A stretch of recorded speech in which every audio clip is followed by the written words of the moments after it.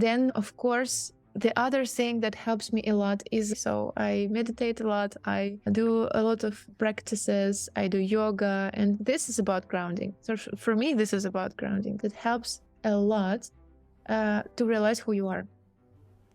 And then as soon as you understand who you are, you understand what you're doing, and you start to value what you're doing. And if you value what you're doing, I mean, this is exactly the ground you're talking about, right? So for me, this is a direct connection in between these two things, even though it is not related to business at all. It is more related to mindset and to mental. Yeah. And I think I had a conversation with you the other day, and it helps me a lot as well. So I still what I'm still struggling with is that with understanding that everything is possible in a very short span of time. I know it's true, but for my brain it is not really working yet. So I do remember what we discussed, and I do remember that everything is absolutely real and everything is possible. And remember we discussed that when I started to develop my Web3 project, and I said, oh, I actually want to speak at different conferences. I want to build my personal brand and everything. And indeed, I started to get invitations from different places. I got invited to NFT London. I got invited to other places. So, but everything is possible. And I was like, every time when I was, having these situations, I was thinking about you, what you said. But it's still like, I still cannot really comprehend it completely, So that's why it's getting a little bit slow still for me. But I'm working on it. Definitely working. Thank you for sharing about meditation and yoga, and then adding this challenge or confusion. But right, if I can share a little bit, I'm so glad to hear about meditation and yoga as a way to create that grounding. And I think it's very relevant to leadership and business as well, because it then allows you, as you said, right, to continue operating from that space. But again, the challenge or the confusion that you shared, sometimes the brain doesn't want to believe or doesn't want to agree that this is possible, or goes into the how, which can be confusing. So for me, at least for me, when my brain tries to do so, like meditation or like just grounding myself, focusing on my breathing, is sometimes giving the brain a break, right? So understanding that who I am and what my leadership is a lot more than what I can think, what I can plan, strategize through my brain. And sometimes the brain can come in the way by wanting to know every single detail, by wanting to plan out every single part of the way.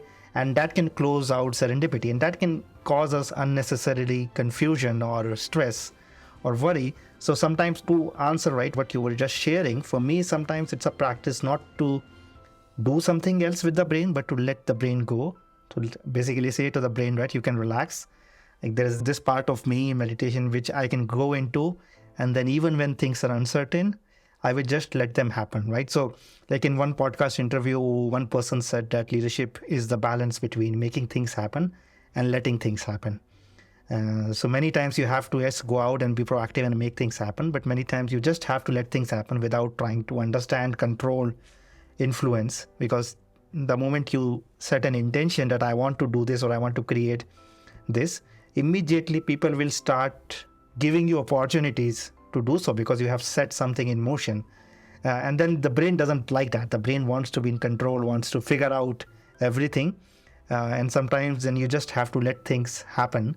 And the over-eagerness of the brain can sometimes get in the way, right? It can make the journey more difficult than it is going to be otherwise. Yeah, I totally agree. Yeah, I think meditation gave me a lot, because I've been doing it for a long time. And I think I will continue because it, first of all, it helps to calm down in difficult moments. And then just the grounding, which you're just right now mentioning, it also gets help you to get a lot of different insights. So my best ideas coming are either during meditation or after meditation. You just sit and then, oh, I didn't see that. Why? And you start working on it. Yes, absolutely. Right. I always say that the real strength or power of meditation is not in that 15 minutes or 1 hour that you meditate, but what happens in the rest of the day for you, because then that allows you to be so much more centered, so much more calm, and deal with the pressure situations much more easily. If there is somebody listening, what advice would you give them to communicate your mission, right? To what you're trying to create. If there's a woman who doesn't feel comfortable in that space where you don't see a lot of conversations which are empathetic to you, or if you are a man, but you are caught up in your own ideas, on your own bubble of like whatever way men think, what advice would you give somebody like that? I think I think my advice would be very trivial in this sense, but it is exactly what I would say. Fear is blocking the potential always. For me, it was always fear. Like procrastination and fear are connected.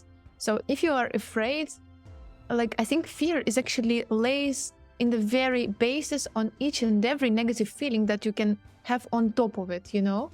It can be like fear lays always in the very like root, and then it can mutate in all sorts of like procrastination or I don't know, grief or any other like bad feelings that you might have, but in the root is always fear.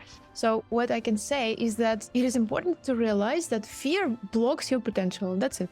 So as soon as you recognize it, you start to get even angry, because as if you feel that there is something that is blocking you, you know? And at that moment, you will start to actually release this fear a little bit. I hope I'm actually articulating myself clear. So my advice is to realize that if you're afraid of something, to just realize it. And this is something that will already help you to move forward, because you just realized it, you know? And then next day you will be already like, oh, okay, this is something that blocks me. So to move forward, I just need to try to release it a little bit. And day by day, at least that's the way I went.